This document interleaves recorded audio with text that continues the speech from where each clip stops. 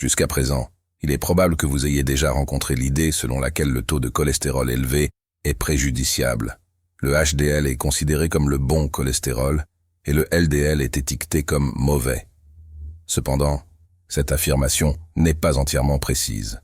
Dans la vidéo d'aujourd'hui, nous allons démystifier la vérité sur le cholestérol et les maladies cardiaques en abordant le véritable sens d'avoir des niveaux élevés de cholestérol.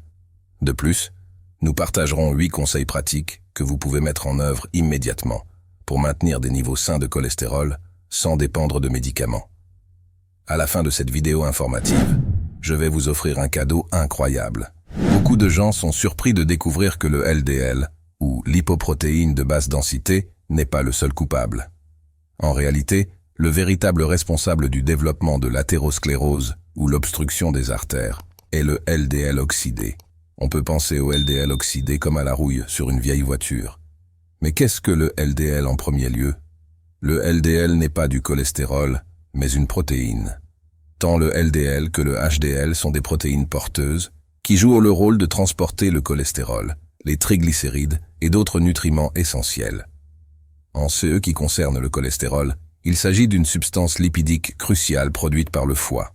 Il joue des rôles importants dans la construction de membranes cellulaires robustes et dans la synthèse d'hormones telles que le cortisol, la testostérone et l'œstrogène, ainsi que dans la production de vitamine D. Cependant, il est crucial de faire la distinction entre le cholestérol fabriqué par le foie et celui provenant de l'alimentation. Nous reviendrons sur ce point bientôt. Maintenant, plongeons dans le sujet du LDL. La plupart des gens ignorent qu'il existe en réalité 2 types de particules de LDL. Le type nuisible est composé de particules petites et denses, connues sous le nom de particules de type B du LDL. Le type bénéfique est constitué de particules grandes et légères, appelées LDL de type A. Même s'il est étiqueté comme mauvais, certaines personnes avec des niveaux élevés de LDL ne développent pas de maladie coronarienne. Cela se produit parce qu'elles ont de nombreuses particules de LDL de type A. Mais en fin de compte, pourquoi les particules plus petites de type B sont-elles considérées comme nuisibles? Le LDL peut subir des dommages lorsqu'il entre en contact avec les radicaux libres présents dans l'organisme. Ces radicaux libres sont générés en réponse aux toxines et au sucre, déclenchant un processus chimique appelé oxydation, rendant le LDL instable. Les particules petites de type B posent problème, car elles sont plus susceptibles à l'oxydation par rapport aux particules plus grandes de type A. En réponse, le corps produit des cellules blanches appelées macrophages, qui se précipitent pour nettoyer le LDL oxydé. Cependant, lorsque les macrophages ingèrent le LDL oxydé non naturel, il se transforme en cellules de mousse. Ces cellules de mousse déclenchent une inflammation et, au fil des ans, contribuent au développement de l'athérosclérose. Cette condition, caractérisée par des artères obstruées en raison de la formation de plaques, est la principale cause de la maladie coronarienne. Si les plaques deviennent instables, elles peuvent se détacher et déclencher une crise cardiaque ou un accident vasculaire cérébral. Une étude publiée dans le journal Circulation a constaté que les individus avec des niveaux élevés de LDL oxydé présentaient un risque 4% plus élevé de subir une crise cardiaque par rapport à ceux avec de faibles niveaux de LDL oxydé. Ainsi, la prochaine question qui se pose est: qu'est-ce qui provoque l'oxydation du LDL? Normalement, les bactéries intestinales préfèrent le cholestérol fabriqué par le foie par rapport à celui provenant de l'alimentation. Par conséquent, la plupart du cholestérol provenant des aliments n'est pas absorbé, étant éliminé dans les selles. Cependant, lorsqu'il y a une consommation excessive de glucides ou de sucre, cela entraîne une surproduction de cholestérol, résultant en la transformation des grandes particules légères de LDL en petites particules denses.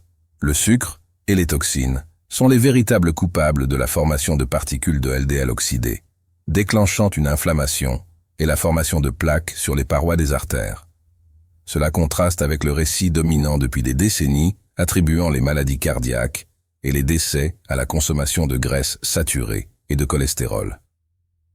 En réalité, la théorie selon laquelle de grandes quantités de graisses saturées et de cholestérol sont les principaux responsables des maladies cardiaques n'a jamais été prouvée. Maintenant que nous avons clarifié que le LDL oxydé est le véritable responsable des obstructions artérielles, explorons le rôle du HDL et des triglycérides. En résumé, le HDL ou lipoprotéine de haute densité, est bénéfique et souhaitable en plus grande quantité, mais il est facilement endommagé par le sucre et les toxines. En résumé, lorsque nous parlons de réduire le cholestérol élevé, nous faisons référence à la réduction des particules de LDL de type B et des triglycérides, ainsi qu'à l'augmentation du HDL. Gardez cela à l'esprit, car nous allons maintenant passer aux 8 conseils pour équilibrer naturellement votre cholestérol. Commençons par la conseil 8. Choisissez de bonnes graisses et évitez les basses en gras. Au cours des 40 dernières années, l'augmentation significative des maladies cardiaques a coïncidé avec la popularité des régimes pauvres, en matières grasses, riches en sucre, en glucides raffinés et en huile végétale. Après avoir suivi près de 10 000 femmes pendant 15 ans, des chercheurs en Australie ont découvert que des niveaux plus élevés de consommation de graisses saturées n'étaient pas associés aux maladies cardiovasculaires. Au contraire, cela a résulté en une incidence plus faible de diabète, d'hypertension et d'obésité. Les graisses saturées, présentes dans des aliments tels que la viande, le fromage et l'huile de coco, sont stables et ne se gâtent pas facilement. En fait, elles restent solides à température ambiante et peuvent être bénéfiques pour votre santé, surtout lorsqu'elles proviennent de sources biologiques. De plus, il existe des graisses partiellement saturées saines, telles que les graisses monoinsaturées et polyinsaturées. Les graisses monoinsaturées, présentes dans les noix, les avocats et les olives, sont considérées comme incroyablement saines pour le corps. Ensuite, nous avons le conseil 7. Consommez les bons glucides.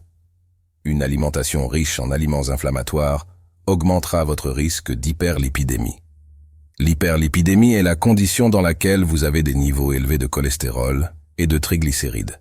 Pour éviter des problèmes de cholestérol et de triglycérides, évitez le sucre et les produits céréaliers, raffinés tels que le pain blanc, les aliments emballés et transformés, et consommez avec modération des glucides à indice glycémique élevé, tels que les pommes de terre et le riz à grains courts. La meilleure solution est d'arrêter de consommer des aliments transformés néfastes et d'adopter une alimentation anti-inflammatoire. Choisissez des légumes à feuilles vertes avec peu de glucides, des fruits rouges, des noix germées et des graines, et des légumes crucifères tels que le chou, le brocoli et le chou-fleur.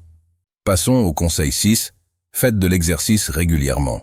Les recherches suggèrent que l'activité physique régulière peut avoir un impact positif sur vos niveaux de cholestérol, en augmentant le HDL et en prévenant l'augmentation des petites particules denses, de LDL. Tant les exercices cardiovasculaires à haute intensité que l'entraînement en force peuvent bénéficier de la santé de votre cœur et de vos niveaux de cholestérol. Des activités telles que la marche, la natation et le vélo peuvent avoir un impact positif sur vos niveaux de cholestérol et vos proportions lipidiques. La résistance peut également améliorer vos profils lipidiques. La clé est de trouver des activités que vous aimez, car cela rendra plus probable que vous les mainteniez. Ensuite, nous avons le conseil 5. Réduisez la consommation d'alcool. Bien que boire légèrement à modérément puisse avoir quelques avantages, une consommation excessive d'alcool est liée à des niveaux élevés de triglycérides et à un risque accru de maladies cardiaques. Pour maintenir des niveaux sains de cholestérol, buvez dans la plage légère à modérée, une boisson par jour pour les femmes et jusqu'à 2 boissons par jour pour les hommes. Et au conseil 4, améliorez les bactéries intestinales. Les changements dans la composition de votre microbiome intestinal, connu sous le nom de dysbiose, sont associés au développement et à la progression de diverses maladies, y compris les maladies cardiovasculaires, MCV. Lorsque votre intestin fonctionne de manière optimale et que vos bonnes bactéries intestinales prospèrent, elles travaillent pour maintenir le cholestérol nuisible hors de votre corps. Approvisionnez-vous de ces aliments fermentés pour aider à améliorer la santé intestinale et réduire le cholestérol. Choucroute, kéfir, kombucha, natto et kimchi. En arrivant au conseil 3, nous avons réduisé le stress. Le stress chronique contribue au cholestérol anormal en agissant sur le cortisol, mais vous pouvez le combattre en restant actif. Marcher à un rythme confortable, même au bureau, peut libérer des endorphines dans votre cerveau, favorisant la relaxation et améliorant votre humeur. Non seulement la marche réduit le stress, mais elle a également un impact positif sur la santé générale de votre cœur. Elle peut améliorer les niveaux de cholestérol, abaisser la pression artérielle, réguler le poids et augmenter les niveaux d'énergie. Une autre façon de lutter contre le stress est d'écouter votre musique préférée. Des recherches ont montré que certains types de musique peuvent affecter l'activité cardiaque, la pression artérielle et la respiration, et modifier la chimie cérébrale d'une manière qui peut aider à améliorer la santé cardiovasculaire. Passons au conseil 2. Ayez suffisamment de sommeil de qualité. Le sommeil aide à la réparation et à la réinitialisation du corps, jouant un rôle crucial dans l'élimination du stress accumulé pendant la journée. Il permet également au cœur de récupérer du travail quotidien acharné. Tant le manque de sommeil que l'excès de sommeil peuvent avoir des effets négatifs sur les niveaux lipidiques sanguins. Des études ont montré que dormir moins de 5 heures ou plus de 8 heures peut entraîner des niveaux anormaux de lipides sanguins. Une autre étude a découvert que le sommeil inadéquat, en particulier moins de 6 heures, peut entraîner des niveaux élevés de petites particules denses de LDL. Le ronflement a également été associé à de faibles niveaux de HDL dans la même étude. Pour vous assurer d'avoir un sommeil suffisant, il est important d'aller au lit et de vous réveiller à la même heure tous les jours. Maintenir la chambre fraîche et sombre peut aider à améliorer la qualité de votre sommeil. Éteignez vos appareils électroniques au moins 1 heure avant de dormir. La lumière bleue des écrans peut interrompre la production de mélatonine, rendant plus difficile de s'endormir.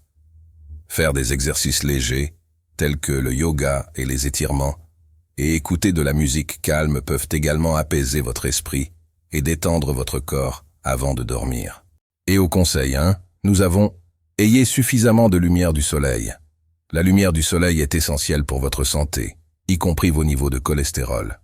Lorsque la lumière du soleil touche votre peau, elle déclenche un processus qui convertit le cholestérol dans vos petits vaisseaux sanguins en vitamine D, entraînant une augmentation des niveaux de vitamine D et une diminution des niveaux de cholestérol.